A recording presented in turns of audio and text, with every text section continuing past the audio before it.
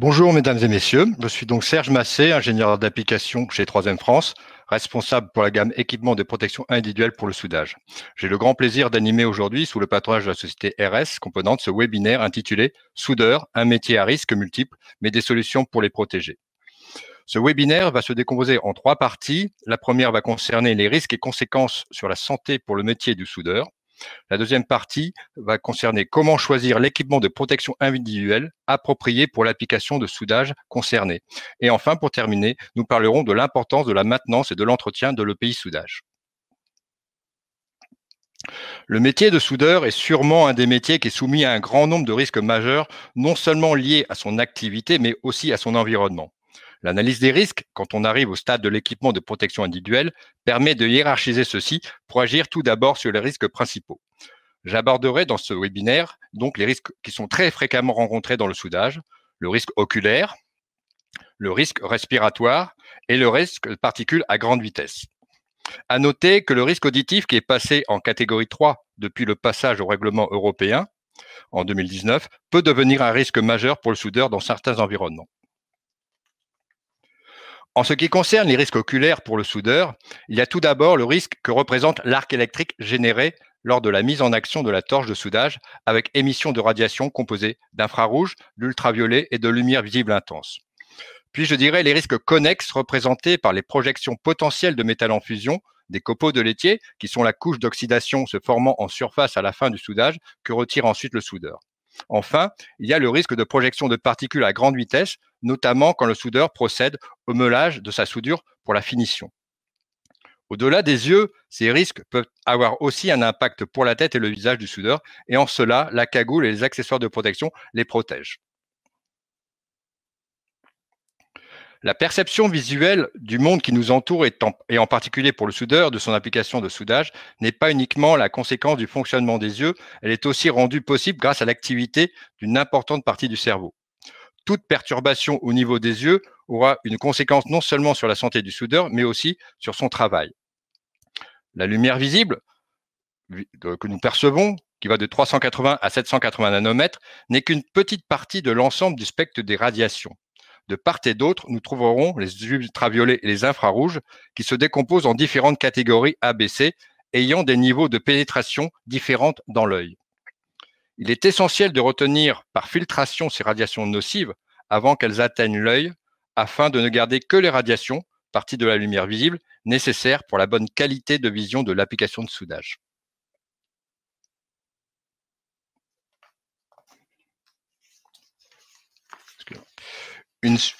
En ce qui concerne donc les symptômes en cas de surexposition aux radiations, une surexposition aux radiations UV ou infrarouges ou lumière visible intense aura des conséquences diverses allant à des pathologies court ou long terme, mais aussi réversibles ou non, et qui peuvent perdurer malheureusement au-delà de la période du temps de travail.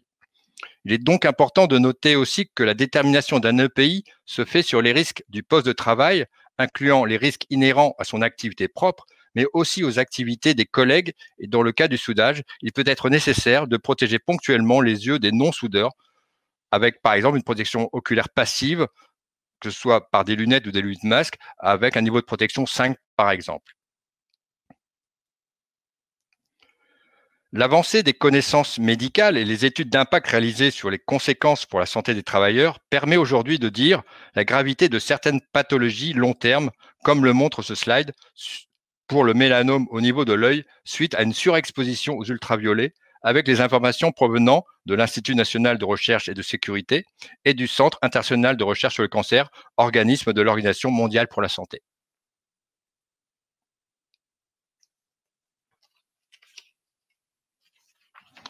Les risques mécaniques pour les yeux lors de l'application de soudage sont a priori négligeables si le soudeur porte bien sa cagoule pour éviter notamment les projections de métal en fusion pouvant occasionner des brûlures graves aux yeux, mais aussi à la face. L'attention doit être portée sur les phases de préparation et de finition de la soudure, notamment le meulage avec la projection de particules à grande vitesse, dont il est difficile de toujours maîtriser leur direction de projection. Attention aussi aux possibles ricochets liés en particulier à l'encombrement du poste de travail. Le pays recommandé sera une visière polycarbonate transparente intégrée dans la cagoule de soudage ou alors une coiffe ou un casque avec une visière polycarbonate transparente. Souvent, le soudeur n'exerce pas dans un environnement isolé, mais dans un atelier ou sur un chantier où divers corps de métier, mécaniciens, tuyauteurs, sont amenés à travailler simultanément. Ces situations de coactivité sont identiques comme des activités à risque aggravé. En effet, l'interférence des activités accentue les risques propres à chacune d'elles et en crée de nouveaux. Il convient donc de définir et d'appliquer des règles spécifiques portant notamment sur la coordination des diverses activités et la prévention des risques associés.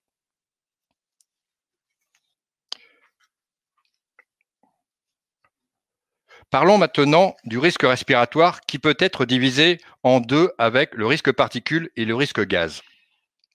J'aborderai principalement le risque particule avec les fumées de soudage, car il est systématiquement présent alors que le risque gaz est présent dans des cas et environnements particuliers et identifiés, comme par exemple le soudage sur des supports où il y a de la peinture, des huiles, des solvants, ou dans des environnements confinés. Des solutions spécifiques existent pour répondre à cela avec des filtres gaz ou de l'adduction d'air, en particulier dans les endroits confinés. Les fumées de soudage sont très majoritairement composées de microparticules métalliques ou d'oxyde métallique. Les gaz présents utilisés dans certaines techniques de soudage, comme le TIG, le MIG ou le MAG, sont des gaz inertes participant principalement à éviter l'oxydation de la soudure.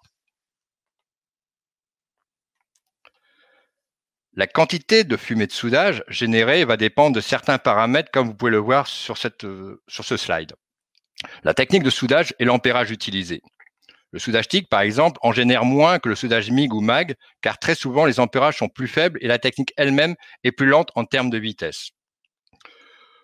Le point important sur la génération de fumée de soudage, c'est principalement lié au métal d'apport. Plus de 80% des fumées de soudage proviennent du métal d'apport. Cela va dépendre aussi de la durée de l'activité de soudage. À cela aussi peut s'ajouter la présence de d'autres soudeurs générant aussi des fumées et qui en finalité se mélangent entre elles et s'additionnent. Alors pourquoi il est-il important de se protéger des fumées de soudage? Vous avez sur cette image des exemples d'éléments de différentes tailles et visibles suivant différents moyens optiques. En fonction de cette taille et si elles sont ingérées par une personne, l'appareil respiratoire humain possédant à différents niveaux des moyens naturels va pouvoir arrêter et expulser ces corps étrangers. Cependant, les fumées de soudage sont composées de microparticules inférieures à 1 micromètre. Et à ce niveau de taille, ces particules vont pénétrer jusque dans les alvéoles pulmonaires et avec le temps, voire passer dans le sang. Un facteur important aussi est que du fait de leur petite taille, ces microparticules vont mettre du temps pour retomber au sol. Alors, potentiellement, le soudeur peut être confronté au danger de fumée de soudage émise quelques heures auparavant. C'est pourquoi nous recommandons toujours de retirer et de mettre la protection respiratoire toujours en dehors de la zone de travail et de contamination. L'arrêt du soudage n'arrête donc pas le risque.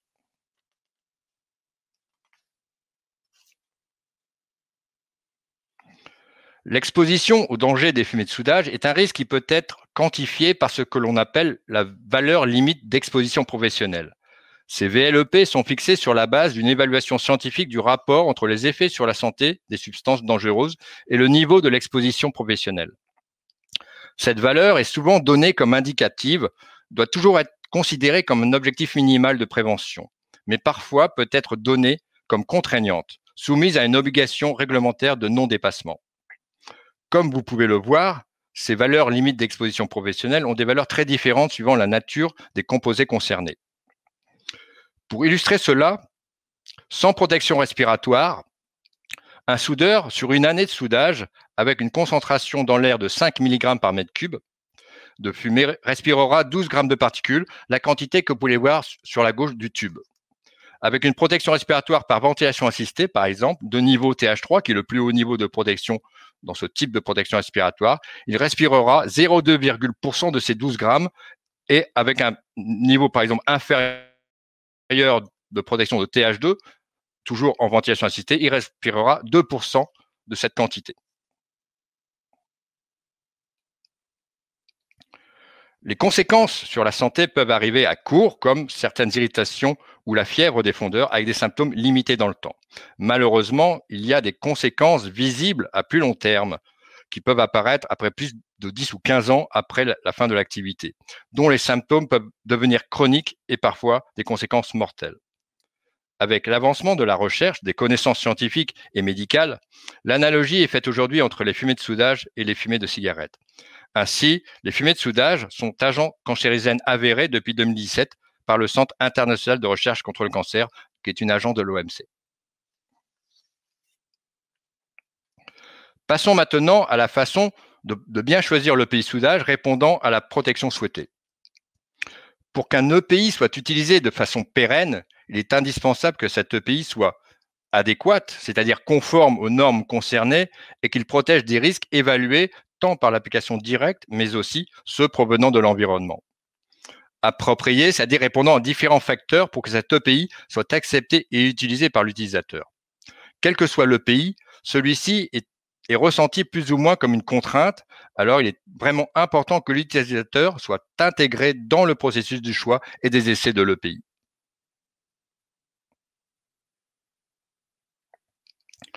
Le choix d'un EPI de soudage peut se faire par différentes manières. Il est essentiel cependant que le processus de choix puisse être réalisé en fonction des besoins des utilisateurs, des dangers majeurs, par des questions concrètes. La première question concernant le danger respiratoire, la première question va donc concerner le danger respiratoire, elle va permettre de faire un premier choix entre deux familles de cagoules de soudage qui ensuite suivront le même process de questions pour le choix final. Nous parlerons donc de quels autres EPI vous avez besoin. Après le soudage, devez-vous réaliser une autre application, exemple le meulage, les exigences aussi concernant la vision pour la bonne réalisation du travail concerné. Donc la première question va concerner le niveau, je dirais, de protection respiratoire. Est-ce que, quelle que soit, je dirais, la technique utilisée de soudage, le soudage va générer un danger respiratoire majoritairement, comme je l'ai dit, concernant les fumées de soudage. Donc, quelle que soit la cagoule utilisée, il y aura toujours une solution de... Dans ce cas-là, excusez-moi, donc, quand je parlais du risque respiratoire, il est donc important de déterminer une limite au-delà de laquelle on va pouvoir permettre de choisir une certaine gamme de produits, d'équipements de protection individuelle pour le soudage. Si le soudeur, par exemple, est confronté plus d'une heure au risque respiratoire sur une journée, alors le choix se dirigera vers les cagoules de soudage avec un système de protection respiratoire associé. Ça peut être, comme vous pouvez voir sur la gauche du slide, soit l'adduction d'air si l'endroit est confiné ou le risque de déficit en oxygène est en deçà de 19,5%, où il peut y avoir un risque d'anoxie, en particulier si on utilise des gaz inertes pour la qualité de soudure. Et dans un endroit confiné, ces gaz inertes peuvent prendre la place d'oxygène et un risque d'anoxie pour le soudeur. Ou alors, nous avons aussi le système de ventilation assistée pour les autres situations.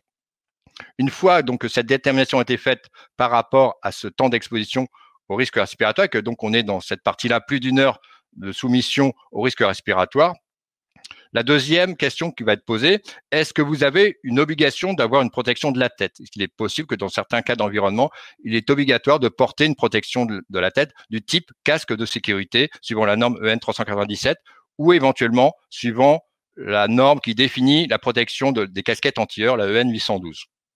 Dans ce cas-là, nous avons des produits qui répondent à ce besoin. Par exemple, le 9800 MP pour la protection de la tête, EN 397, qui associe la protection de la tête avec une cagoule de soudage. Ensuite, la question va être posée, devez-vous réaliser une application connexe à votre application de soudage, comme par exemple le meulage. Dans ce cas-là, sur la droite, on a la possibilité de choix entre deux produits, la 9100 FXR ou la G501 dans le cas où le soudeur réalise une action de soudage avec une action de meulage par la suite pour faire la finition de la soudure. Après, comme je disais, une chose qui est très importante, c'est la qualité de vision et le choix de la cellule pour déterminer le besoin par rapport à son application.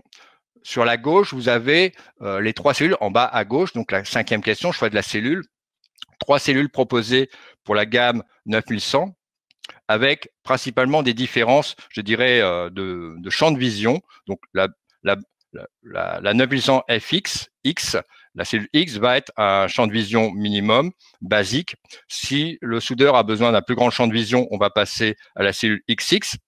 Et si le soudeur a vraiment besoin d'avoir une qualité de précision importante, comme par exemple pour le TIG, ou une moindre fatigue visuelle, on va partir sur une technologie, ce que l'on appelle la Natural Color, qui est représentée par la 9100 XXI pour la gamme 9100 FX, ou alors vous avez la cellule sur la cagoule G501, donc en bas à droite, vous avez la cellule Variable Color qui va vous permettre d'avoir, avec cette technologie Natural Color, une vision beaucoup plus naturelle des couleurs, alors que dans une technologie traditionnelle, on est dans le vert. Avec la Natural Color, vous allez avoir une perception des couleurs et des contrastes beaucoup plus proche de la réalité que ce que l'on peut avoir avec une technologie traditionnelle. Maintenant, dans le cas où la question numéro 1 posée concernant la protection respiratoire, nous sommes, je dirais, dans le cas d'une exposition en deçà d'1 heure par rapport au risque respiratoire, où là, il n'y a pas nécessairement besoin d'avoir une protection respiratoire associée du type adduction d'air ou ventilation assistée, on a une gamme de cagoules qui va permettre de répondre aux mêmes questions que précédemment, mais dans le cadre d'une utilisation en deçà d'1 heure par jour de soudage. Si vous avez besoin d'une protection casque, nous avons sur la gauche une protection associée où on associe une cagoule de soudage avec un rail de protection que l'on fixe sur le casque de chantier. Ce qui va permettre en particulier pour des applications en particulier dans les chantiers de construction où il y a des gens qui ont à faire ponctuellement des applications de soudage et qui ont une obligation de porter un casque de protection. Donc là, cette possibilité avec un rail de pouvoir fixer le rail sur le casque et de la cagoule sur le rail de telle façon à avoir un ensemble qui soit compatible aux risques dont ils sont exposés. Après, dans le cas où il n'y a pas besoin de protection de la tête, on a toute une gamme de cagoules qui va permettre, en fonction des besoins, de répondre à différents besoins en termes de prix, en particulier, où on a la série 10V pour un choix basique, soudage ponctuel, mais avec un peu de confort. Donc, confort, je soude uniquement, la série 100. Nous avons aussi, ce qui est important aussi, c'est la pratique que j'ai pu avoir aussi, c'est l'esthétique de la cagoule peut être un aspect important pour certains soudeurs. Et dans ce cas-là, nous avons une série 100 graphique qui permet d'avoir la même qualité de confort que la série 100, mais avec des graphiques que l'on peut avoir, différents graphiques répondant d'un aspect esthétique. Après, si la personne a besoin d'une cagoule non ventilée, mais avec une grande précision de travail et aussi pour une moindre fatigue visuelle, nous avons la 9002 NC qui propose pour cette cagoule la même technologie de Natural Color que ce dont je vous ai parlé précédemment sur la G501 ou la série 9100 avec la cellule XXI. Enfin, après, si la personne a besoin, je dirais, d'avoir plus de confort dans son soudage, nous allons passer à la gamme 9100 avec la cagoule 9100 qui permet d'avoir une cagoule confortable et aussi avec des choix plus importants pour la qualité visuelle des cellules, puisque dans cette catégorie de cagoule, nous avons le choix de 3 cellules X, XX, XXI, qui sont les mêmes que celles dont je vous ai parlé précédemment pour une cagoule avec ventilation assistée. Si la personne a aussi besoin, je dirais, de faire une application de meulage, donc additionnelle à son application de soudage, on va passer sur la 9100 FX, qui va permettre de faire apparaître, après relevé de la partie du filtre de soudage, une visière polycarbonate pour pouvoir réaliser l'application de meulage. Et enfin, nous avons sorti dernièrement, donc au mois de septembre, la dernière cagoule de la génération 5, qui est la cagoule G502, qui est une cagoule dédiée vraiment au soudage TIG. Et je dirais que pour cette sortie, nous avons une innovation très importante, qui est le premier filtre de soudage incurvé, qui va permettre, donc c'est vraiment une première mondiale au niveau des équipements de protection individuelle pour le soudage, donc un filtre incurvé qui va être très près du visage, et donc en même temps de donner une cagoule étroite et d'avoir un champ de vision beaucoup plus important que ce qu'on peut avoir avec nos cellules plates qui ont les plus grands champs de vision. Nous avons 100% de champ de vision plus important sur cette cagoule-là, et c'est vraiment une cagoule qui est dédiée au soudage TIG. Alors, quelle que soit la cagoule de soudage utilisée, nous avons toujours une solution de protection respiratoire existante. Comme je vous l'ai dit précédemment dans le slide concernant les cagoules avec ventilation ou adduction d'air, donc ça, c'est des choses qui sont vendues complètement ensemble, la cagoule de soudage avec la protection respiratoire associée, suivant des besoins de ventilation assistée ou des besoins d'induction d'air en fonction des environnements. Cependant, pour l'ensemble, je dirais, des cagoules, même non ventilées, nous avons toujours une possibilité de promouvoir des solutions de protection respiratoire, comme vous pouvez le voir aussi avec des masques respiratoires jetables ou des masques respiratoires réutilisables. Donc, vous avez les normes pour lesquelles ces produits sont qualifiés, avec des différents niveaux de protection, FFP1, FFP2, FFP3. Mais pour le soudage, nous recommandons toujours, dans le cas d'une utilisation d'un masque de protection respiratoire, d'avoir un masque minimum FFP2 associé à une cagoule de soudage. Passons maintenant à la dernière partie de ce webinaire sur la formation et la maintenance des EPI de soudage. Quelle que soit la cagoule de soudage concernée, la formation est très importante pour sa bonne utilisation et donc pour la protection de l'utilisateur. Il en va de même pour la maintenance et l'entretien de cette cagoule afin de permettre la pérennité du niveau de protection et de son bon fonctionnement. La formation peut se diviser en 3 parties. La mise en service de l'EPI avec les réglages, notamment du harnais de tête, pour le confort et l'équilibre de la cagoule. Les réglages pour comprendre et utiliser la cellule optoélectronique en fonction de ses besoins d'application. En cela, la checklist des paramètres à faire avant de commencer sa journée de soudage est très importante pour justement bien commencer sa journée de soudage. Et enfin, la troisième partie, comment maintenir l'EPI en état de fonctionnement et de protection. La partie maintenance et entretien peut se faire sur 3 domaines spécifiques. Tout d'abord, l'hygiène. Le nettoyage régulier de la poussière, notamment à l'intérieur de la cagoule, le changement régulier du bandeau anti-sueur et la protection interne de la cellule. Tout cela va donner le fonctionnement, nettoyage externe de la cagoule, vérification, changement des accessoires comme la protection externe ou la visière de meulage. Enfin, la maintenance au niveau de la protection. Il est très important de faire des vérifications des changements des accessoires et consommables, comme par exemple le tube qui relie dans le cas d'une ventilation assistée entre la cagoule et le moteur de ventilation assistée, le joint facial dans le cas justement aussi d'une cagoule à ventilation assistée, le joint facial qui va permettre d'assurer l'étanchéité et donc d'empêcher les fumées de soudage, les microparticules de pénétrer à l'intérieur de la cagoule. Donc, il est très important de bien vérifier l'étanchéité de ce joint et de changer quand c'est nécessaire. Et enfin, évidemment, tout ce qui est les filtres à particules ou de gaz qui se trouvent dans le moteur de ventilation assistée. Les étapes de mise en service, formation et maintenance sont importantes pour assurer la bonne utilisation de la cagoule et pérenniser donc le niveau de protection pour le soudeur. En cela, différents supports existent. Des supports documentaires, des fiches techniques, des notices d'utilisation, des notices de nettoyage, d'entretien et de maintenance. Nous avons aussi à disposition des supports vidéo avec la présentation des produits, des tutos pour les changements des accessoires et des consommables et aussi, comme aujourd'hui, des webinaires. En particulier, la phase de mise en service, formation est essentielle pour que le soudeur puisse utiliser pleinement la cagoule comme EPI, mais aussi comme outil dans son application et assurer la vérification périodique sur le bon état d'usage et de protection. Nous avons des recommandations pour l'entretien, le changement des accessoires qui donnent une indication de temps d'utilisation, mais cette durée peut varier en fonction de multiples paramètres, comme la durée, le type de soudage, les conditions extérieures, les conditions de stockage. Chaque utilisateur peut donc adapter ses propres critères en fonction de son usage, tout en gardant à l'esprit que sa protection dépend de la vérification régulière et du changement si nécessaire de certains accessoires et consommables. La présentation est maintenant terminée. Je vous remercie pour votre attention. Nous allons maintenant passer à la session des questions pour lesquelles je vais tenter de vous apporter les réponses et informations que vous attendez. Merci Serge, merci beaucoup. Alors, première question, est-ce que tous ces produits sont stockés chez RS ou est-ce que c'est du HKTA? Alors je pense qu'on n'a pas la réponse, là.